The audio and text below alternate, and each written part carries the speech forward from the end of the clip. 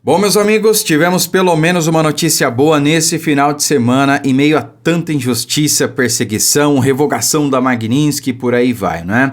José Antônio Kast é o novo presidente eleito do Chile, algo que já era esperado, que acabou se confirmando e mostra realmente que a América Latina está guinando à direita, não é?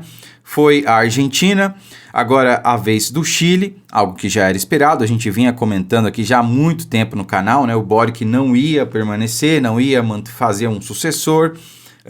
Também o Paraguai guinou à direita, logo será a vez da Colômbia e, se Deus quiser, o ano que vem, a vez do Brasil, juntamente com a Venezuela, né? Não sei quem vai cair primeiro, se vai ser o Maduro ou se vai ser o Lula, ou se a queda de um depende da queda do outro, não é? Acredito que vai ser esse o caso. O Maduro caindo, com a ajudinha dos Estados Unidos, o Lula cai em seguida, né? Vai ser uma consequência de quedas aí, digamos assim. Mas tem gente achando que não, a revogação da Lei Magnitsky foi só para conseguir o acordo de exclusividade de terras raras aqui no Brasil. Vocês acham mesmo? É claro que o Trump tá vendo o peixe dele, tá vendo o lado dele que não tá errado, né? Se ele tem poder para isso, se ele tem capacidade de articulação geopolítica para isso, ok. Mas acredito que não é o caso. Vamos dar tempo ao tempo. Acredito que houve sim um grande acordo por trás da revogação da Lei Magnitsky, algo que não estava surtindo efeito, né? Sinceramente, né? A Lei Magnitsky estava impactando no quê? A vida de Alexandre de Moraes? Nada. Ninguém virou as costas para ele, a não ser as empresas que não queriam ter prejuízo. Mas o que isso de fato impactou na vida dele? Ele não pode sair do Brasil, grande coisa, né? Enfim, tem esse ponto aí de sair do Brasil ou não. Houve um convite para os Estados Unidos. Uma questão interessante envolvendo isso, que inclusive um inscrito aí me mandou mensagem lá no Instagram. Não vamos comentar para não estragar a surpresa, né? Mas acredito que tem algo bom envolvendo tudo isso, né? De qualquer maneira, meus amigos, o acordo envolvido em toda essa história vai trazer coisas boas pra gente também. Vai evitar a censura nas redes sociais. Eu já falei aqui, seria muito diferente o ano que vem. Tudo bem que não é uma garantia, né? Com internet livre, sem regulação, como eles adoram falar, a gente vai ganhar. Não é uma garantia, mas com censura seria muito mais difícil.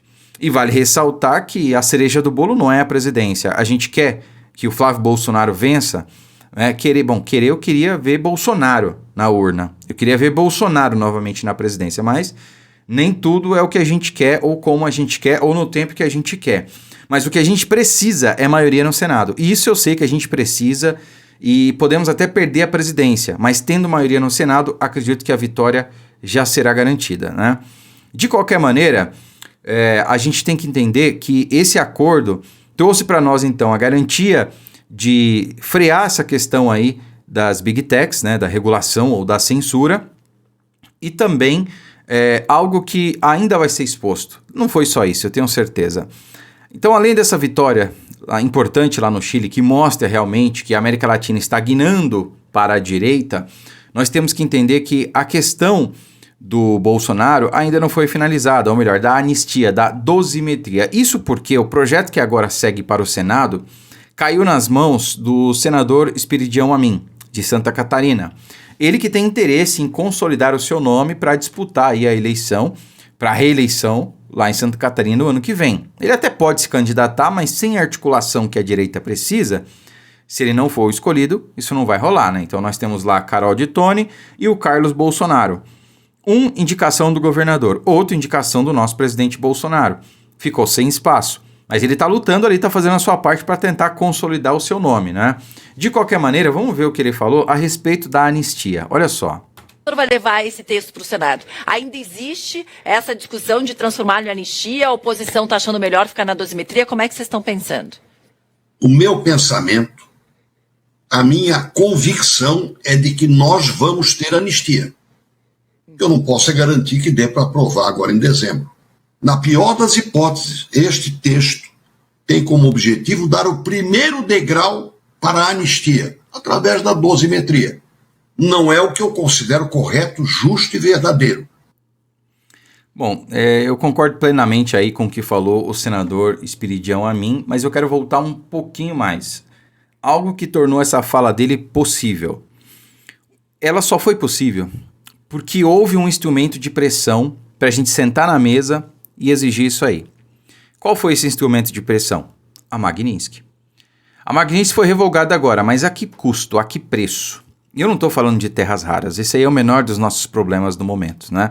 Seria um problema se a exclusividade fosse concedida para a China. Isso, para mim, seria um grande problema, mas é para os Estados Unidos. Não que esteja tudo bem, né? Mas é menos pior, digamos assim. Não vejo como um grande problema, digamos assim. Mas a questão é, o Lula, ele jogou na mesa e pediu favor para si próprio. Quer dizer, livrar o amigo dele que concedeu favores a ele no passado, né? E em troca, o Lula teve que ceder muita coisa. Uma delas é essa questão da dosimetria. Se não houvesse um instrumento de pressão chamado Magnitsky, não haveria sequer projeto da dosimetria. Por quê? Porque o sistema está em conluio, né? Executivo e judiciário estão ali, ó, de mãozinhas dadas, eles controlam tudo, eles dão as cartas, só passa o que o Alexandre de Moraes quer no Congresso, o que ele não quer, não passa, e é assim, e ninguém vai falar nada, e nem fazer nada, e ponto, e acabou. Se não houvesse esse instrumento de pressão, não haveria sequer dosimetria. Como disse o senador Espiridião Amin, um primeiro passo rumo à anistia. Eu já falei isso no vídeo de sábado, se eu não me engano, que estava todo mundo desanimado com a revogação da lei Magnitsky e tal.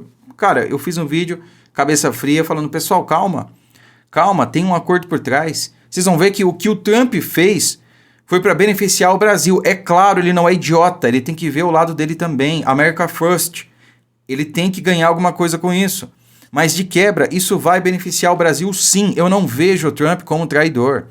E eu não sou dono da verdade, estou dizendo eu não vejo. Não quer dizer que esse seja o cenário atual.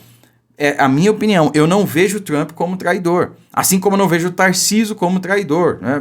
Enfim, eu sei que uma coisa não tem nada a ver com a outra, mas falando em traição é isso.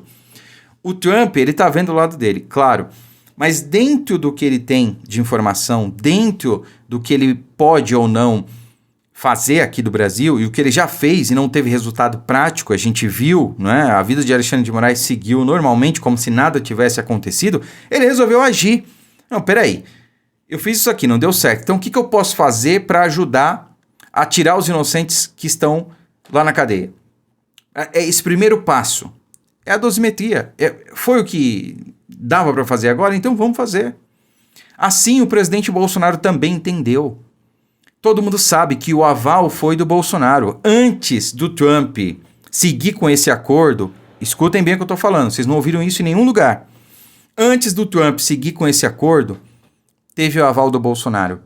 Ou vocês acham mesmo que o Trump está tomando as decisões, está fazendo acordo com o Brasil porque ele gosta do Lula, porque ele achou o Lula um cara legal, um cara que estava na cadeia até outro tempo atrás, um cara que quando se fala em corrupção no Brasil, o Lula está em primeiro lugar. Você acha mesmo que Donald Trump tem orgulho de negociar com um cara desse, né? História para boi dormir, pessoal, pelo amor de Deus, né?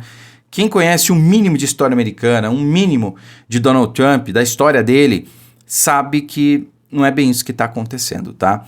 Então, vamos dar tempo ao tempo, vamos esperar. Eu tenho certeza que coisas boas virão por aí, né? A dosimetria eu já vejo como uma coisa muito boa, porque, como eu disse, é um primeiro passo rumo à anistia. E assim como o senador falou, Espiridião Amin, eu também digo e ratifico e repito, porque é algo que eu sempre falei aqui no canal também. Nós vamos anular tudo isso. Todo esse processo fantasioso do golpe imaginário que não aconteceu vai deixar de existir. Isso será anulado.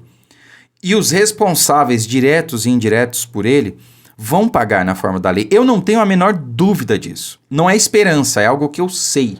Isso vai acontecer. A questão é quando isso vai acontecer. Mas que vai, isso vai, eu não tenho dúvidas, né? Mas até esse dia chegar, a gente tem que trabalhar com as ferramentas que a gente tem dentro das nossas limitações. E no momento é isso, né?